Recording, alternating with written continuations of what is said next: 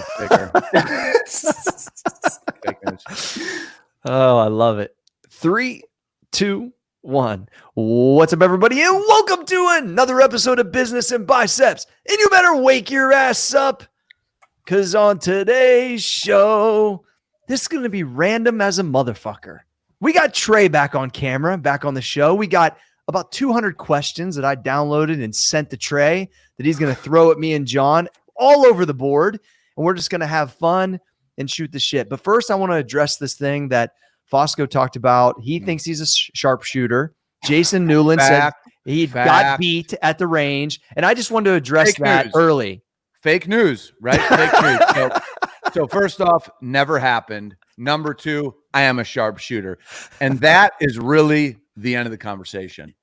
Well, I wish, because John is always known for, if you guys don't watch the video, John always changes his name on the video. And today it is Sharpshooter. Correct. Now mine, it's for a reason. It's for a reason. Well, I was trying to amend my name from just my handle to Professor G, because that is happening again today, John. Today, I am, professor. That is potentially, I'm a fake professor, but I am not, except for the one time where last class, there's a kid that didn't do any of his assignments. And I called him, right? This is amazing. I don't even know if I told you this story. I called him. I said, dude, you know, I'm not even a real teacher, right?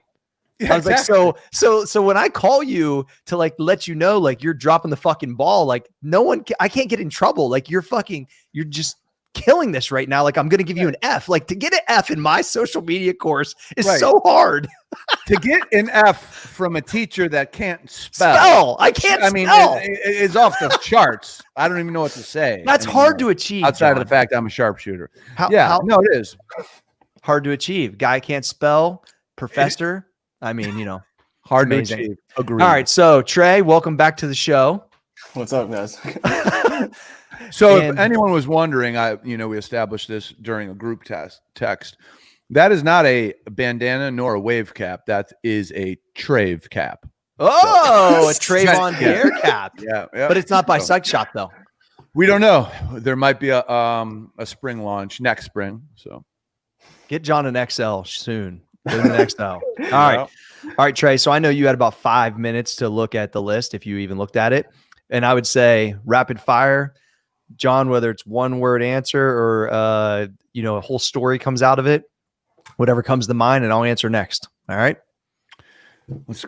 Let's do this. I have no clue what's coming. It's amazing. Go ahead, Trey. All right. This one's a little off the cuff. So what is the strangest thing that you've ever eaten? Oh, strangest thing you've ever eaten, huh? Oh, I see. We're going third grade questions. The strangest thing. This is like, like you have like today we're going to share with the class. Anyways, the strangest. You probably ate some fucking, some bugs or something before, ain't you, John? Get the fuck out of here. I'm not from I ain't from fucking Appalachia, guy. So here, I remember, my dad owned, a pizza place, a restaurant when I was younger, and he brought in just a straight up, calamari is octopus, but he actually went to the market and he bought like a real, like probably, I don't know, 4-foot octopus. Oh wow. And I remember playing with the fucking thing, and then he cooked it up. But yeah, I think that's my strangest, but it's not really strange because it's fucking calamari. So yeah, but it was like a huge fucking piece of fucking octopus, not like actual. No, it was an octopus. Yeah, I gotcha. Yeah. I ate. So I remember having a memory. I don't believe I ate it. You remember having a memory? Yeah, no, I remember. Listen, all right, fuck off, John. I had a memory that scarred me.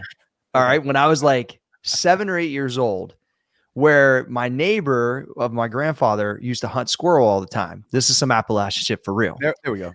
Okay. So I didn't eat it, but I'm going to tell you the story anyway. So we went up there because he was going to cook some squirrel. And I was thinking, I'm like Andon's age. So I'm like, all right, whatever. That's what we do. We cook and eat squirrel. I don't fucking know, right? I mean, I'm a little kid. Fuck. So I get up there and he's skinning the fucking squirrels. And I've never to this day, I've never seen anything like this in my life.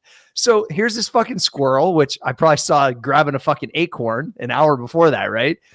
He just sliced a little slit and then stepped on the skin and literally pulled it off like a shirt, John. Yeah. Right? And at 8 years old, you're like, what the? And then he literally, got it, whatever, and was starting to boil it. So I almost ate squirrel. That's going to be my answer. But I think I'm still scarred from watching this motherfucker pull the skin off like a fucking t-shirt when I was, I don't know if you've ever witnessed anything like that, but it's like, fucking, that's what hunters do. Like I know it is, but I was like in fucking, I thought I was going up to eat some fucking fried squirrel or some shit. Instead, I got a whole lesson on, so most hunters would be like, oh, fuck, that's no big deal. But to me, I don't hunt. And when I first saw that when I was a kid, I knew I probably wasn't ever going to hunt.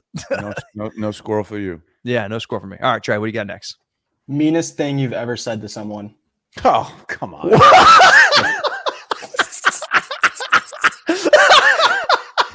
John, let's go. The fucking meanest thing I've ever said. Jesus Christ. I don't know. It doesn't have to be. It doesn't have to be the meanest thing you've ever said, John. There's a lot.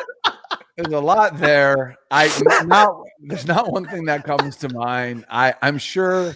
I'll have to pay for my sins at a later date. I can't tell you, but I'm sure it's really bad. So that's amazing. Yeah, there might be an asterisk by that one. John might go to jail. Yeah. So, I still think one of my favorite things you told John was about how you got you knocked over all the guys. You were drunk or something at a college party and you knocked over all the equipment for the band playing, and then you said it was his fault. Yeah. No, I punched him in the face. No, that's what. No. Okay, tell that story real quick again. Though it was amazing. It was terrible. It was a terrible thing. It was a horrible thing. I was in Purdue at some frat party, and there was like a band playing, and they had all their fucking amps, connected to their guitars and all this shit. And I was fucking wasted, and I was like, I'm not dealing with this crowd. I'm gonna go fucking stand right by the band. And I of course you are.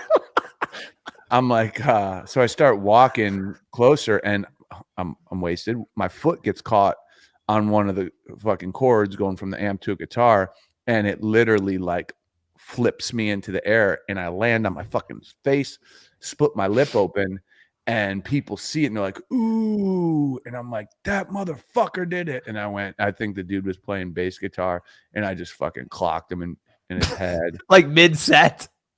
Yeah. The band stopped playing because he fell. So, well, because the bass line came and then there was nothing there, right?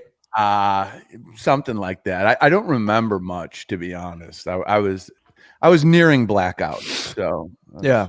Well, I remember. So I had this one kid at work for me back in the day named Derek, and he just fucking always basically tried to scoot by on everything. So every time I was out of town traveling in the old MP days or something, like I always would get like basically just shitty reports from the people that were he was underneath, and just like always just scooting by. And finally one day he dropped the ball again, and it fucking exploded. Now, John, this might be like a 6 for you out of 10, but for me, it'd be like a 9 or 10, where he was sitting in my office and I got up and I felt like there was a demon about to jump out of my chest. And I was like this, I go, I'm going to fucking lose it up in this motherfucker right now. If you don't basically, I told him like, run out of my office or I'm going to fucking strangle you. And I don't know. I called him some things and words and said some shit that probably I'm not proud of, but it was so out of character for me. Everybody in the fucking office looked like they didn't even know how to act. Like, because our office is the same office now. It's all open, right? So everybody can hear everything. So as I'm screaming at this guy, I walk into the gym, I'm throwing shit off the fucking wall. I'm kicking shit. Like, I'm fucking trying to get myself out of the situation because I don't want to fucking strangle him or punch him in the mouth. But I got so fucking mad that I like wasn't proud of it. But also what was crazy is it set the tone for everything. And then the guy that kind of moved into his position, his first thing he said to me was, whatever the other guy did, what could I do not to do that? So you know what I mean? So as John's shaking his head, sometimes if you can controllably act like that, which I was that was probably the most out of control I'd been as a professional, to be honest, like in a setting where, I was wrong, but the tone it set was, man, this dude really got this in him. And, he looked like he was going to fucking really hurt this kid. And I really was like, you need to like leave and never come back, because I like really fucking almost lost it. So I can't remember exactly what I said, but whatever it was definitely not like by human resource standards. That's for sure. Yeah, But something popped in my head, and this is not the worst. I actually this is something I said, but it was coupled with an action. So I used to do some things that were not the best, and so basically one time there was a guy who I really didn't like, but he just wasn't big enough to like mess with physically. So I saw him at a party. And I filled up a beer bottle with piss, and I put it in the refrigerator. I mean, look, listen, it looked just like Miller High Life. And I had this girl I know. I said, his name was James. I said, go ask James if he wants a beer. He's a fucking degenerate. Of course he wants a free beer. He's a fucking bum. So she's like, James, you want a beer? He's like, yeah. And he's like, oh, man, I swear to God.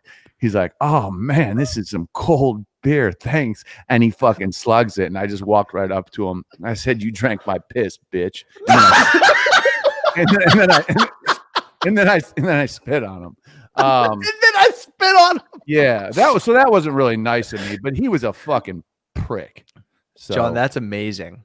I couldn't even listen. Yeah. I don't know if I could have hoped for a better story than that. Yeah, so that just popped in my head. James, I'm not sorry. Sorry, not sorry. All right, Trey, next. That's a good one. All right, pick one of these: quality of life or quantity of life, and why? I don't know what quantity of life means. What does that mean? Meaning, just would you rather live a shorter life and enjoy more, or live a longer life? Oh, quality. Yeah, quality of life, 100%. There's a lot of people out there who live long lives that are miserable, and I'd rather live a shorter life that's meaningful. Yeah, I'd have to agree with John. I can tell you, I don't think I've ever really thought of that before. And I think because as entrepreneurs, we're pushing to do both, right, John? We want to live a quality life with freedom, and as we take care of ourselves, hopefully be healthy as long a period of time. So that's like the pursuit. So, but yeah, I would absolutely rather have an enjoyable, fun filled life compared to, being miserable. I was around a lot of people as a younger person that feel like they really were somewhat miserable. And I think that was part of what really drove me to try to pursue what I really wanted to do with myself, because I just couldn't see myself doing something I hated for 30 or 40 years and then being mad when I'm retired and then dying 3 years later. Like, I mean, that's just what I saw. And I also saw like guys that I really enjoyed working with that were in their 60s, that were in the coal mine. And this one guy specifically, and he was still working because he actually liked I think he liked the locker room. He liked being around the guys and stuff. And the dude retired and died 2 years later. I remember Randy calling me and saying, man, John died. And I'm like, dude was retired for 24 months. You know what I'm saying? Like, to me, it's like, I don't know, just not like about working 20 hours a day. These guys work crazy hours, and then you got no real like time to go do what you want if it's not a job that you absolutely love. So I agree with John on that one for sure. Okay. If you guys could change one thing about yourself, so what would it be? If I could change one thing about myself, what would it be? Oh man. I think it would just be, man, there's a lot of things, but I think it would be just having more. I've never quite understood why I don't feel sympathy towards people. I'm not sympathetic at all, and I'm not empathetic at all towards anyone. Zero, Johnny? Yeah, it's almost like to a point where I'd like to be studied or something, because like I don't feel sympathy. It's really, it has to be weird. Something with the abuse as a kid, Johnny. How could it not be, right? That has to have something to do with it. I mean, I've thought about it. I think that it comes from I was never shown that because of certain situations that go well beyond you know, abuse. But I don't know. I don't know what it is. But yeah, I'm not like. So do you fake empathize, John, sometimes? No, here's how I describe it. This is interesting. I can process if something is objectively. I can process if something is bad, unfortunate, and I can respectfully express condolences or this or that, but I don't feel it. Yeah. Interesting. My brain processes it, but I don't feel anything. So that's so you can objectively understand it, but it doesn't mean it provokes anything inside that you can feel nothing. So it's weird because Ray always talks about that she can feel it actually off of others. Like it's a weird, like she's been like that her whole life, where it's like she feel like if someone else, especially family, someone else is I don't know, got a certain like heavy feeling, or even me, like if I'm super stressed, she can like literally like, she's like, man, you're like throwing it. It's almost like you explained, kind of seeing the colors. I think at times, like she's like, she'll just like pick up on it. It's interesting. Oh yeah. I'm talking about with myself, not others.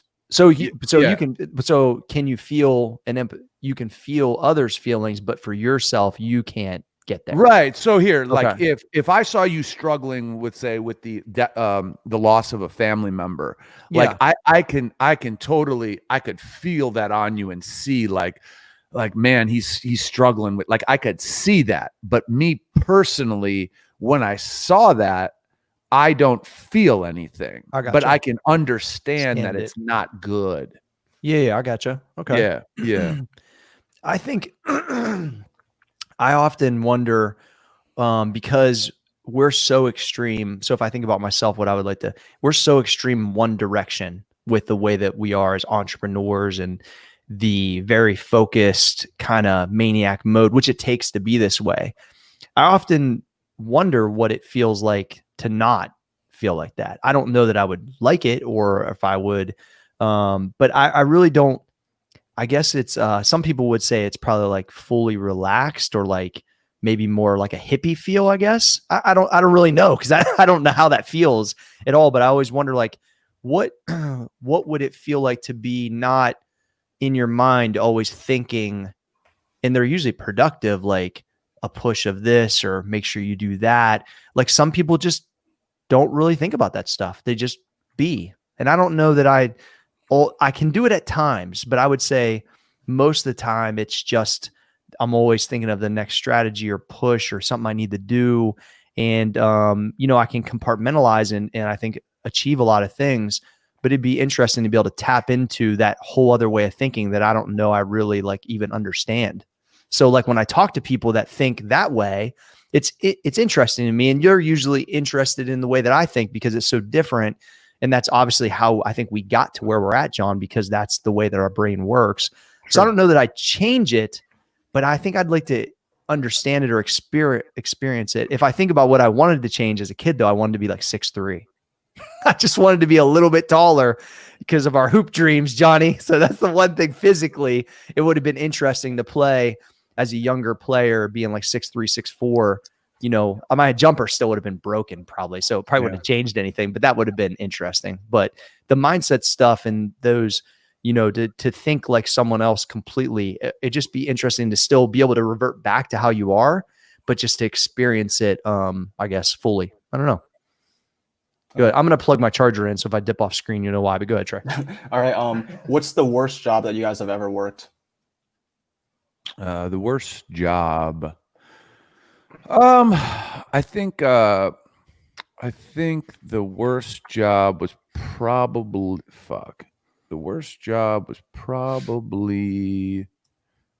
man, I worked at like Enterprise Rent-A-Car when I was 16 or 17 for like a summer, because one of my friend's brothers was a manager, and it wasn't basically all we did was we would just pull the cars around and give them to the people who were renting them. and make sure like the interior is clean and all that stuff. It wasn't a horrible job because of what we did. Not at all. It was actually kind of fun, but it was a horrible job because the morale of the people in the office, like the people who worked inside enterprise, who had college degrees, and like this was their career in their minds. They were so fucking, everyone, the energy was so bad. Everyone was so depressed. Like nobody was stoked to be there. So I could run that against like being, waking up hungover as fuck when I was like 18 to, do roofing at 6 a.m, which was painful and it's very hard work, but like, at least there's like camaraderie up there, and, the sun comes out, and, I don't know, there was something there, but like enterprise, it was just fucking depressing, man. And no one wanted to be there. The energy was just terrible. Yeah. So it's interesting you say that, because the physical jobs aren't necessarily the worst jobs. That's what some people would probably associate. Right. So, early, I guess in my work career, I worked as like a fry cook / I don't even know why they would even let me do this. If I think back, it's hilarious. At like a Dairy Mart, like at one of those like ice cream hut type things, dude. In between making food, I had a 20-pound dumbbell outside, and I would sit on a milk crate and do concentration curls. That's great. That's amazing. So that wasn't my worst job, but the next one after that. So my mom was a waitress at Ponderosa. In it was like let's see, a relation of mine was a manager. So I got a job as the fucking dishwasher. Now, I wouldn't say it was the worst job, but it was the grossest fucking job. And I'll tell you why. Because you got motherfuckers coming to Ponderosa, which is like a hometown buffet. If you're not familiar, it's like going to a trough, bro. Motherfuckers are in there just blowing through food. And then I'm sorting through it as I'm like cleaning the dishes off, and it's just fucking gross. And then like you said, the morale of most of the people that were like kind of running the business, like the assistant managers and the other like head cooks, like none of them really liked being there. It just, I don't know. I just remember thinking like, if I look like this fry cook 20 years from now, I'm going to be fucking mad. Yeah. Like he's like looking at the 18-year-old girls that are fucking, like, I'm not mad at you for that, but you know what I'm saying? Like, I think everybody that works pervert agrees. Exactly. Pervert. And I'm just like, your hair still looks like 1984. Like, dude, I'm not trying to fuck with that. Like, I just remember thinking like, one, this job's fucking gross. And two, I'm not trying to be like this dude, Bob, who's the fucking fry cook 20 years from now. So, I actually, the other thing was when I stacked lumber before I got the job in the coal mine, that was a little bit monotonous. So I would go to school from 8 to 12, and from 1 to 10, I would stack lumber at Danoons, which was a local guy, John, that started with his brother cutting timber for the sawmill and grew it in, before he died, he grew it into like a $30 or $40 million business and it employed the whole town. So he was like super motivational figure I was around growing up, which was cool because all of a sudden he comes up with this business and it explodes and he's sending lumber all over the world and stuff. But dude, the lumber would come down on a conveyor belt and you'd have 6 guys and you would literally stack the grade. So if it was like 1/2 inch thick and 12-inch long or 12-foot long, you'd stack it on a certain pile. You had to know poplar versus oak versus, all the different things. But dude, for 10 hours, and every 2.5 hours, you got a 15-minute break. You just got back in single file line and grabbed a board and put it on a pile. And bro, like for $6.75 an hour, no way. But anyway, those are my 2 favorites, non-favorites. Go ahead. What's your guys' least favorite genre of music? Least favorite genre of music. I would let me think here. Least favorite genre of music. I would go with, man, and I don't even know. I would say modern, and this is broad because I do like some modern artists, but in general, just for so many reasons, modern rap. Yeah, mine is country music in general. I could listen to 6ix9ine over listening to fucking Kenny Chesney all day long. Oh. I just can't fuck with it, bro. I never could fuck with it. It's not me. I tried to go to a Shania Twain concert when I was a kid because I thought there'd be a bunch of hot chicks there, and then I just couldn't even really fuck with that. I just can't fuck with country music. So I don't know why. It just never. And I grew up around it too. Like everybody I grew up around listened to country music. I just never, even though I knew the fucking truck they was talking about that was broke down, my cousin had, or I worked on a farm, I did all that stuff, but it just never jived with me. I don't know. So like modern rap, I don't love it, but I can listen to it over country music. but real quick, because you know, I know Trey's really into this stuff. So sure. When I said that, it feels weird because do I love country music? No, I don't. Do you love it more than modern rap though? I do, and I'll tell you why. Okay. I do, and I'll tell you why. Because although it's homogenized and it's like pop music for a certain geographic area of the country, it's not like it's almost like good time music, easy listening music. It's not my shit. I don't dig it. But like with modern rap, here's the thing, because like I said, I like rap and I like hip hop.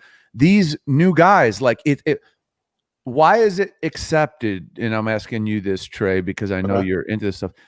For somebody to be an artist or call themselves that, and you can't understand what they're saying.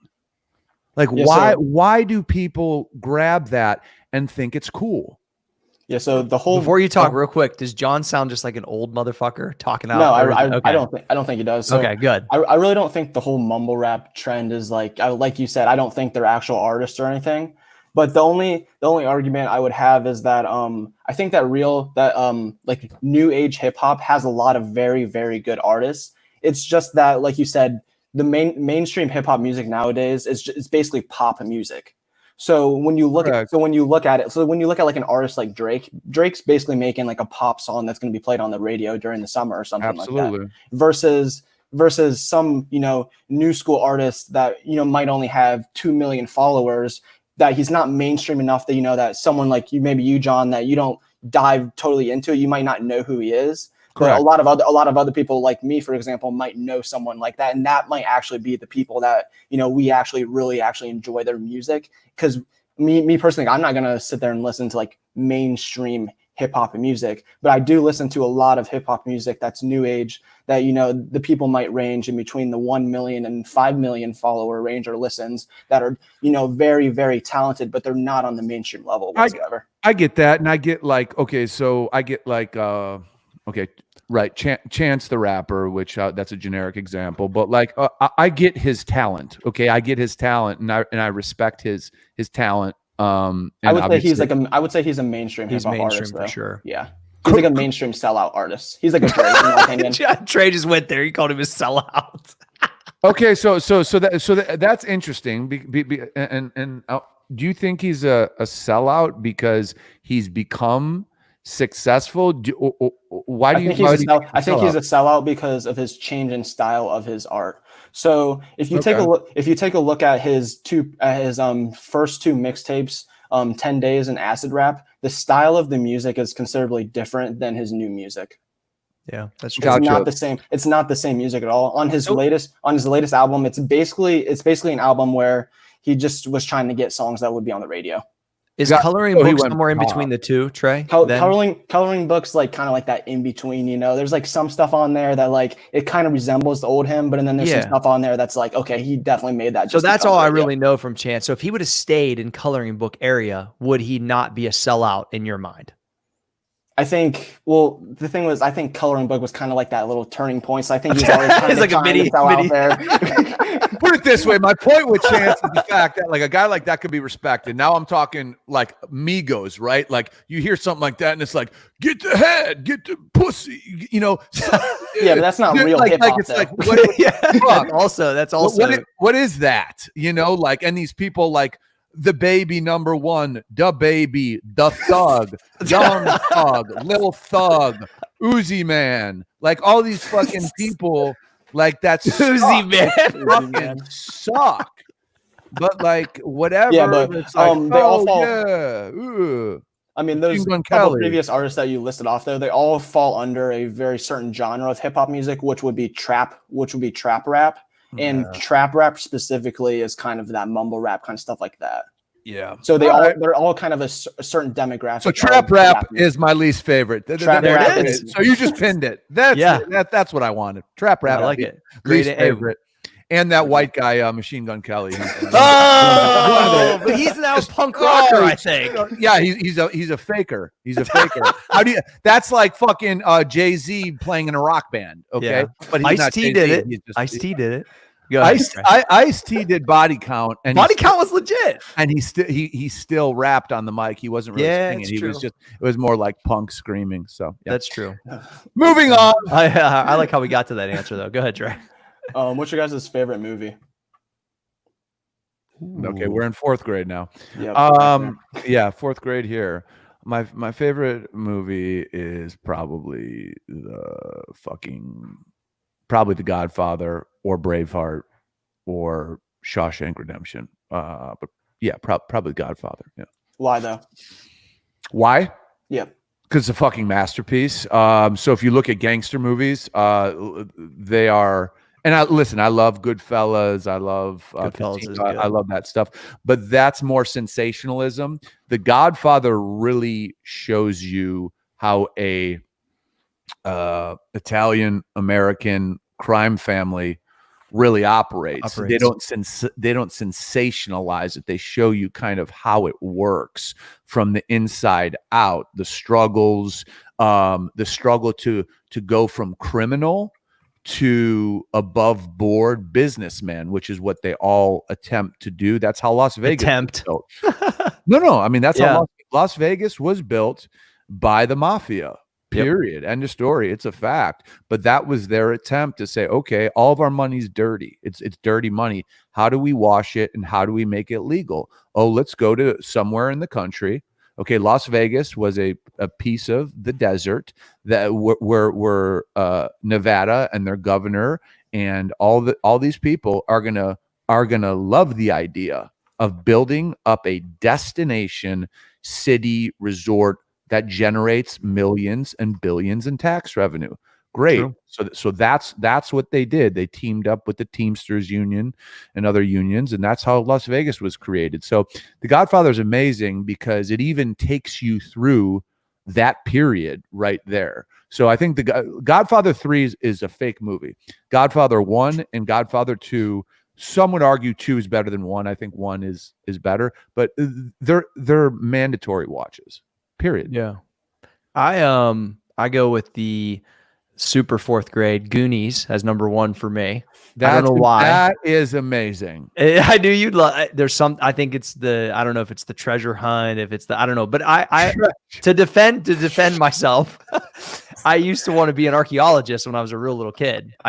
So I think that's part of the pirate treasure, John. So anyway, don't laugh at me. That I'm trying to be honest. Okay, all right. No, Goonies is a good movie, bro.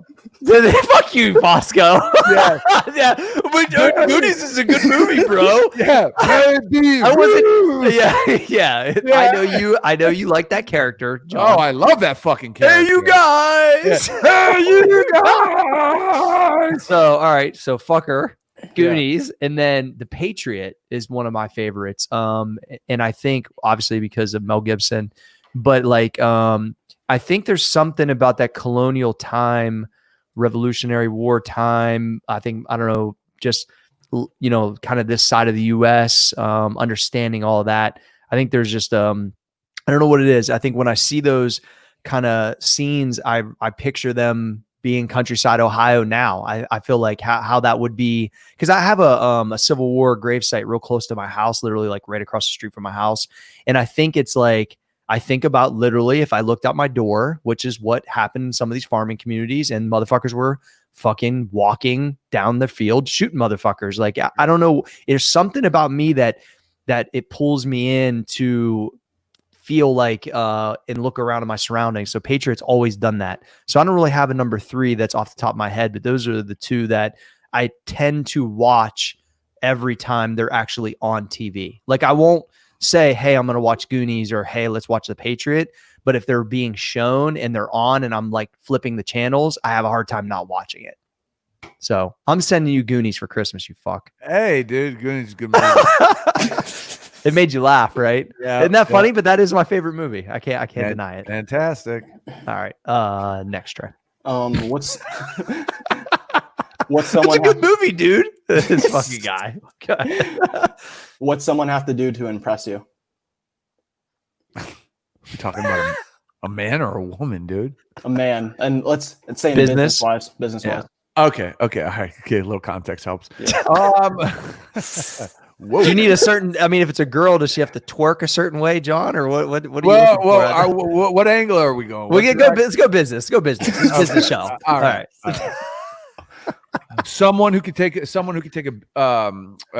hypothetically, someone who could take a beating, someone who can get their fucking shit pushed in, reamed out, and sit there and process the information and understand why they're being given information or being spoken to in that way, and that doesn't slow them down, because for people who say they want to excel and go to higher levels, there's going to be tremendous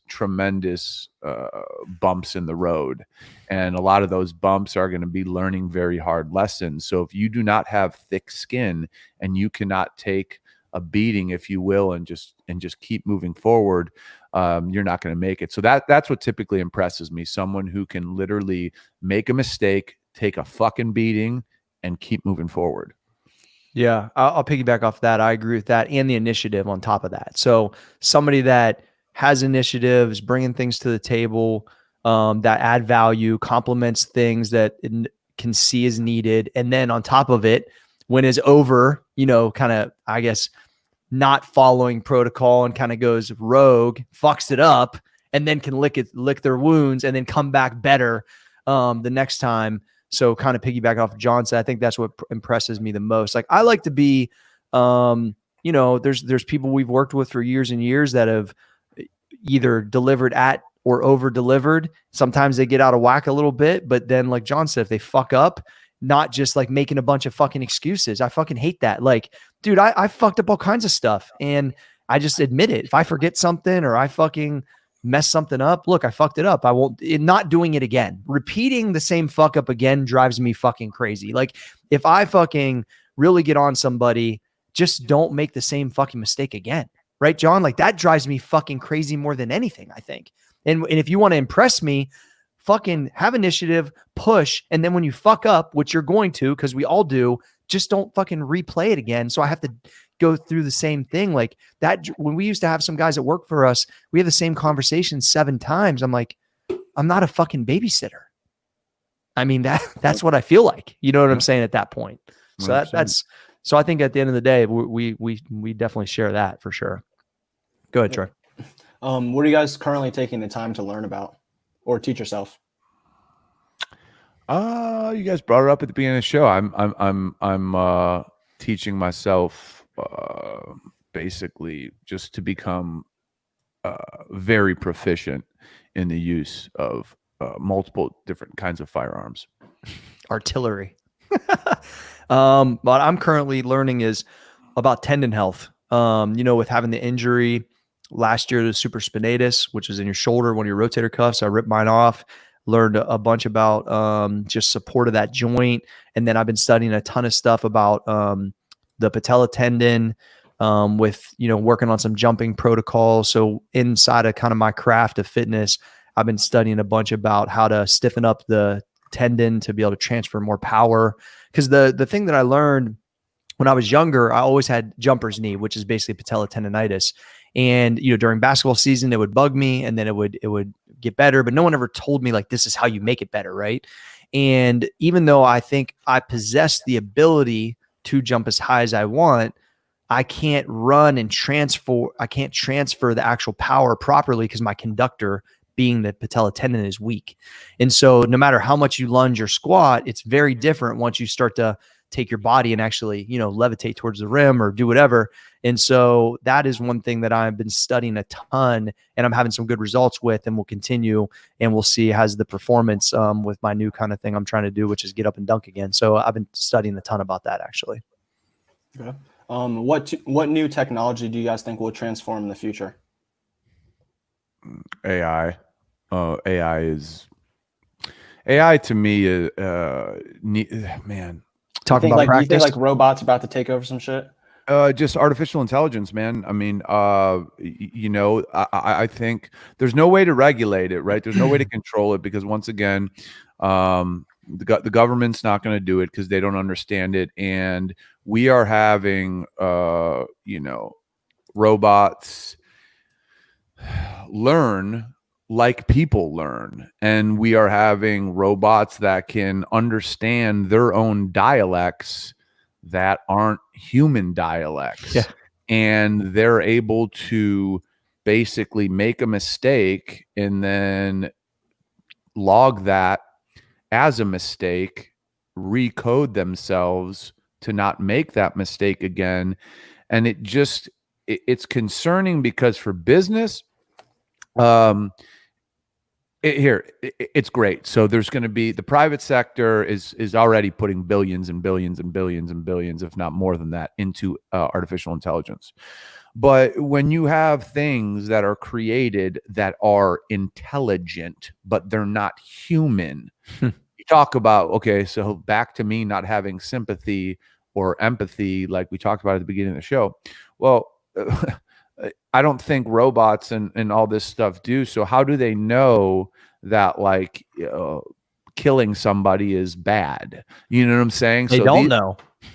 And you know, if they can speak to each other, and sure, this is way down the road.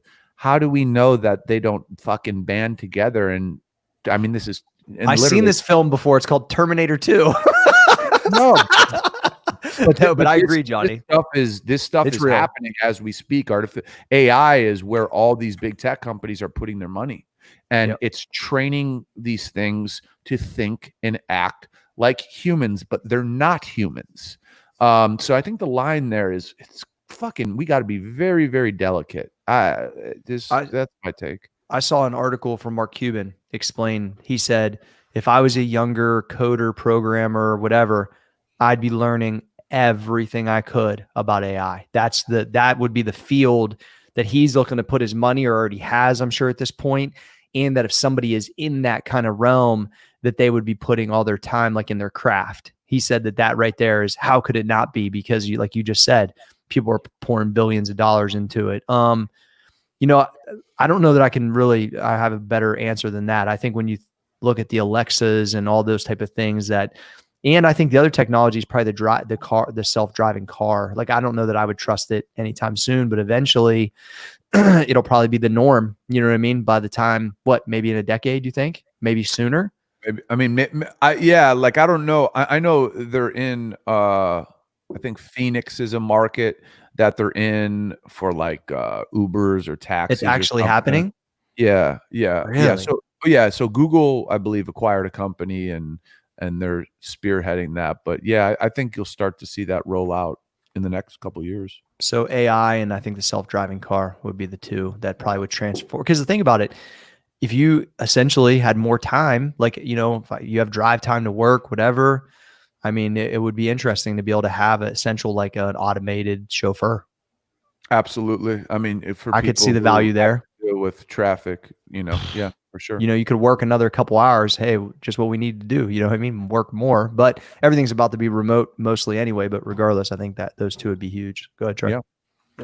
What 3 words would you guys use to describe yourself? 3 words. Fucking driven, consistent, and I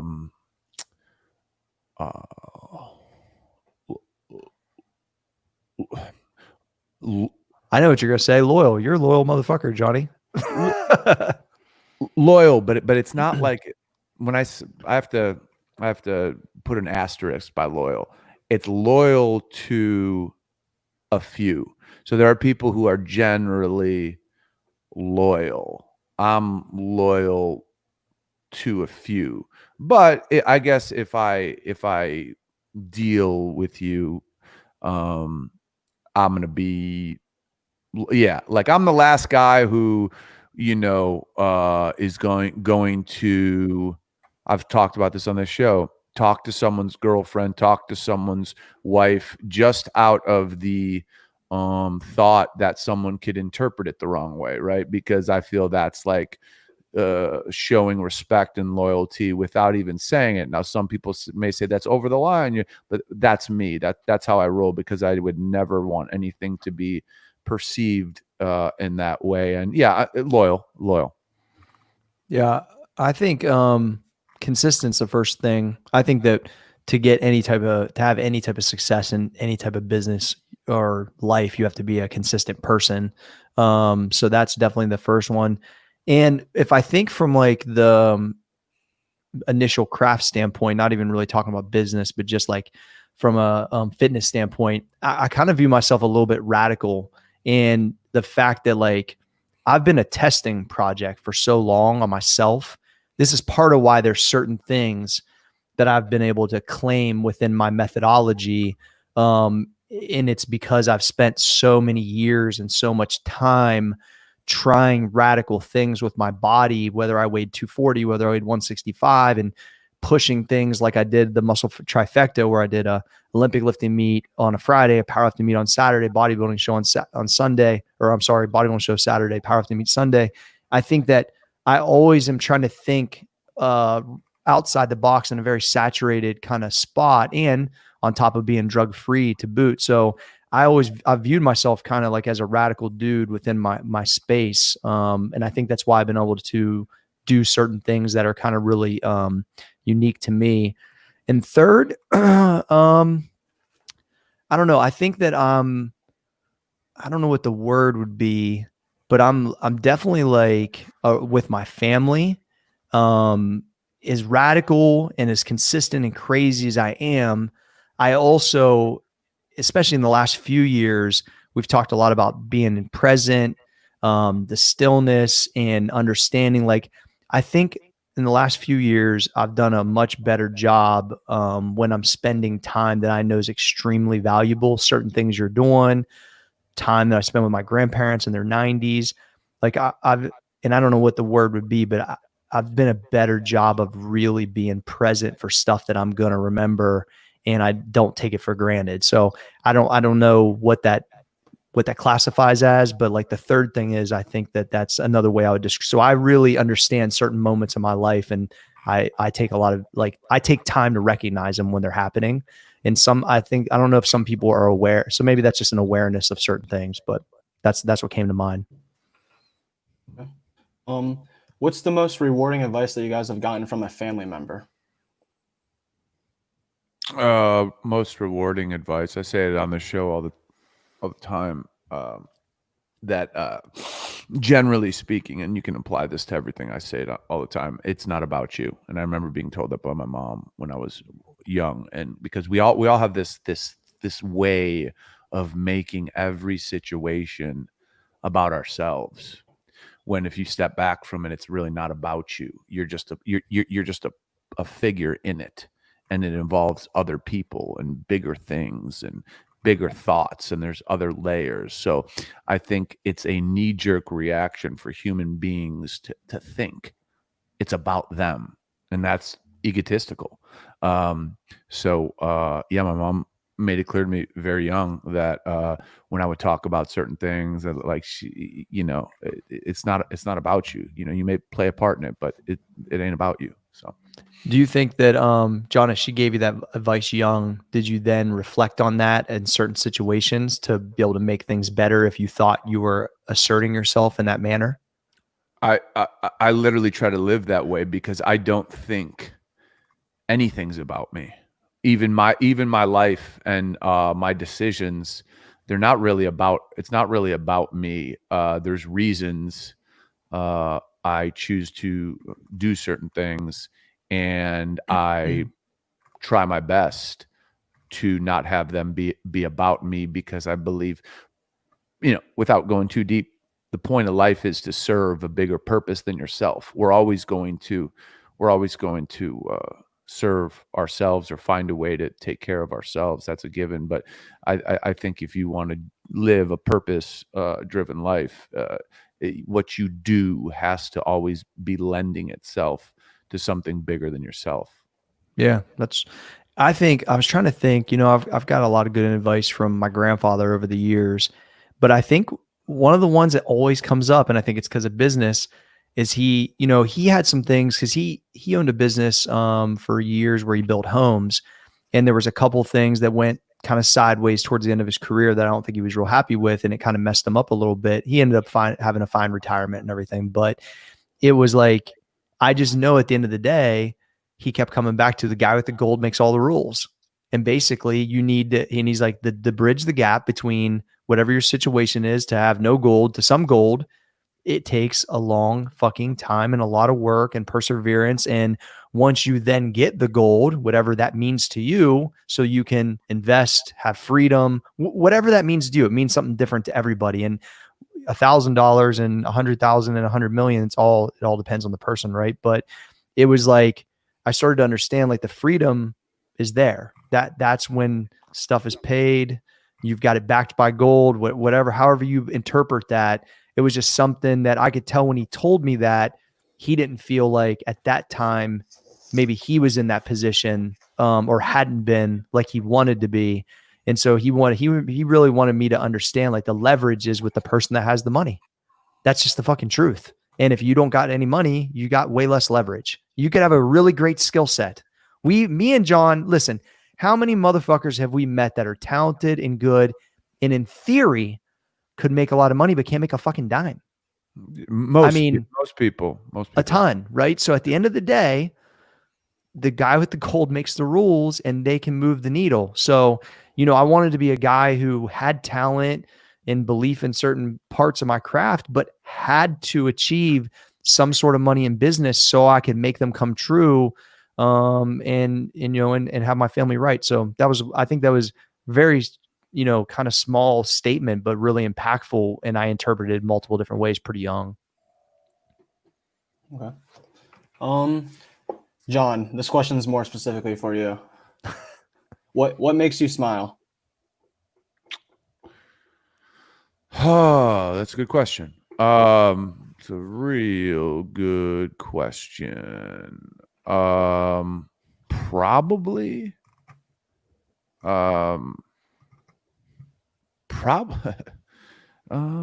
my dog, dude.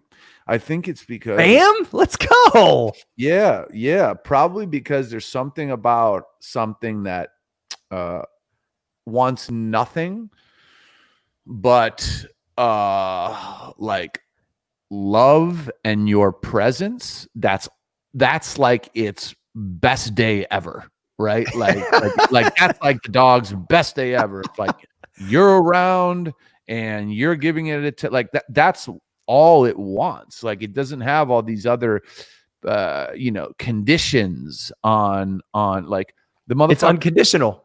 It's the embodiment of unconditional love. When are they unhappy to see you? Never. And the little fucker can do things that you're like, holy shit, how do you he can behave in ways that he's so fucking smart, and it's like he knows what I'm going to do. He's anticipating my behavior, and I think there's something that's so basic and simple about it. But yeah, it makes me smile because it says like, okay, there's like a soul in there, and the soul is like mine. Sure, we're different species, but yeah, I think it's the simplicity. I gotta admit, I never would have guessed that answer. Yeah, that's really cool though. But the meaning behind it is awesome, Fosco. Yeah. It's pretty cool. I knew you and Bam's relationship was really strong. Now I'm really impressed. Oh yeah. So, the meathead in me would always say early, something related to that, lifting wise, big lifts, whatever.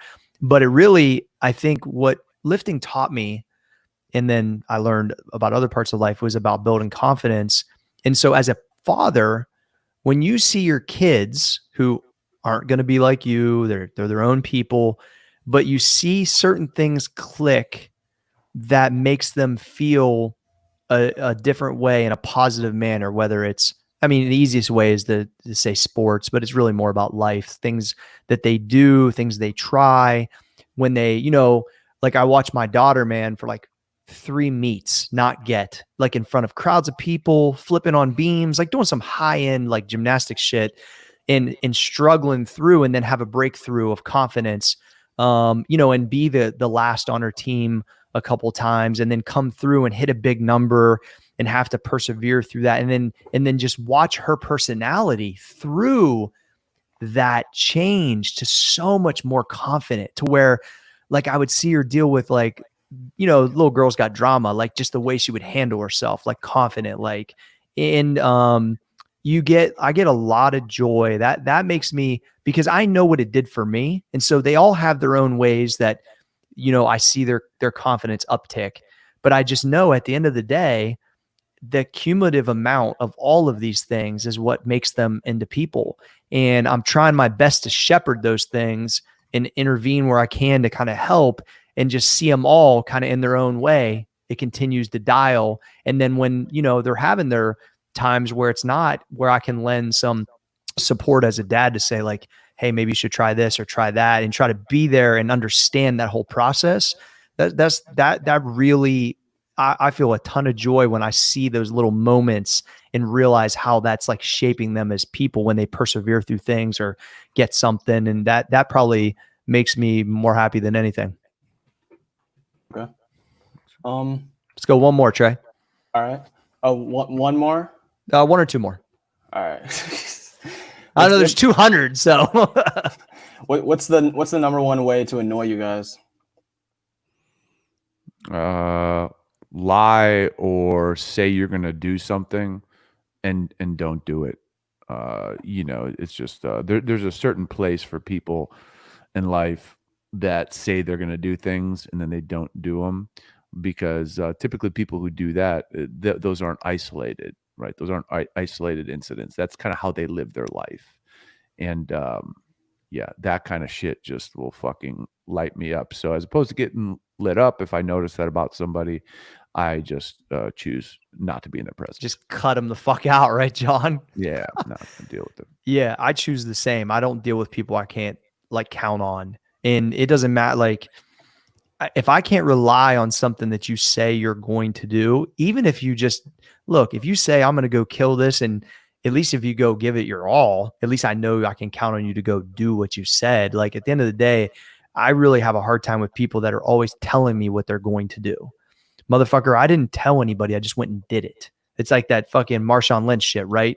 All about that action, boss. Like I want to see motherfuckers, like Andrew Carnegie talked about it in his book. He's like, the person that is busting their ass and trying and reliable is the one you should help. It's the one that's not is the one you shouldn't help. It's just the fucking truth. And they're usually the one that feel entitled and they're barking at you. Nah, motherfucker, the one that's got their head down that you can rely on is the one I want to help all day. So it's like the opposite of that is what annoys the fuck out of me, because I didn't, I'm not going to waste my time. I didn't get here by being that way. I just can't tolerate it, and I get annoyed really fucking fast. Same as John. Okay. This last question is pretty serious. What color is your toothbrush?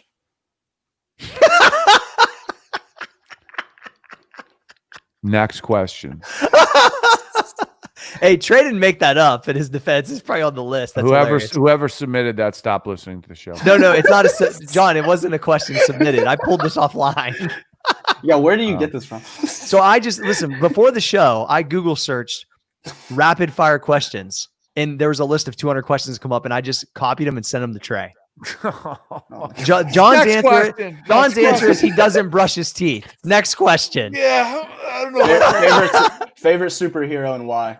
There we go. That's a good one. Next question. You don't have a favorite superhero? You don't have a favorite superhero? Fuck superheroes. Fuck superhero movies. They ruin the fucking movies. They ruin the box office. Oh, I sense a little upsetness. All these fucking explosions. John, I know you grew up as Peter Pan. Motherfuckers who fucking need to watch an explosion for 2 hours to keep your interest. If you don't see something explode for fucking 10 seconds, you're walking out of the theater, you're falling asleep because you're fucking ADHD and your parents never gave you fucking Ritalin. That's why all I got to see is Superman, Avengers. It's all shit. I never watched. Next question. John's favorite superhero, Peter Pan.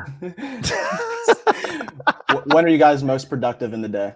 There we go. That's a good one to answer. When? Yeah, when. Oh, 100% post workout. You know, like right after I work out in the morning, typically right around 10:30. Starting at 10:30, but 10:30 to noon. Yeah. Yeah, I would agree with John. I think whatever I have to get out of my body to be normal has to happen early, and then after that, I can be the most productive. Because I think my thoughts are you referring to semen? No, I'm not. It's referring to semen. I mean, shit. I'm not. I got to get that out of my body sometime. I'm not real productive after that happens, John. Oh, really? Dude, see, like, yeah, I want to get up and do stuff after I fucking come. So. Yeah, so not it's so awesome. much. Like, I always want to go eat. I always like to like go play games. Maybe some. Is that productive, John? Oh, about business. Absolutely. Let's drink. I want to drink Monster after it. Yeah, so, yeah. Purple drank. Yeah. I think for the after I'm done with my conditioning, so lifting weights, conditioning, that's probably when I think the most clear. That's when I like to either put my ideas down for any type of content. I have like a window of like a real clear window for like about 30 minutes after I'm done with lifting. So it's either on the drive home, and then after conditioning, I'll have another kind of window like that. So a lot of my ideas just kind of get like kind of puked out of my brain, not even in any type of order. And then a lot of times I'll come back to them a few hours later and say, okay, I can put a little context to this, or this. But I got better at writing them down when that happens, because I used to be like, oh, I'll just come back to this, and I would just forget. But that's when I'm probably the most productive, at least from a creative standpoint, I would say for sure. But sounds good. John, that was kind of fun. It was random, but it was fun. Yeah, it was random. Next time, let's get big boy questions. But yeah, it was fun. Well, once again, they weren't submitted. They were pulled off the internet. Yeah, I can't. But there was scorch anybody for this. No, no. The toothbrush one would be amazing if somebody for that. Toothbrush. Yeah, I mean, I would love a handle. Just the humor of that question being asked to you is part of the content. Absolutely. If I'm a Business and Biceps listener, I'm like, what the fuck is this? What color is your toothbrush? But yeah, I'm just glad you brushed your teeth. Hey, I'm glad you wipe your butt. All right. Johnny Fosco. Gee. Trayvon. Can the podcast be stopped? The podcast can't be stopped. That was amazing. 3, 2, 1. On this episode, might be the most random episode in the history of Business and Biceps, John Fosco. This episode, this is a public service announcement. This episode is not endorsed by John Fosco. So no. you are listening at your own fucking risk. That is fake news, because John Fosco dropped some great knowledge bombs within some of these questions. I don't believe that, John Fosco. They need to listen to this show immediately. Right. Okay. Listen to it then.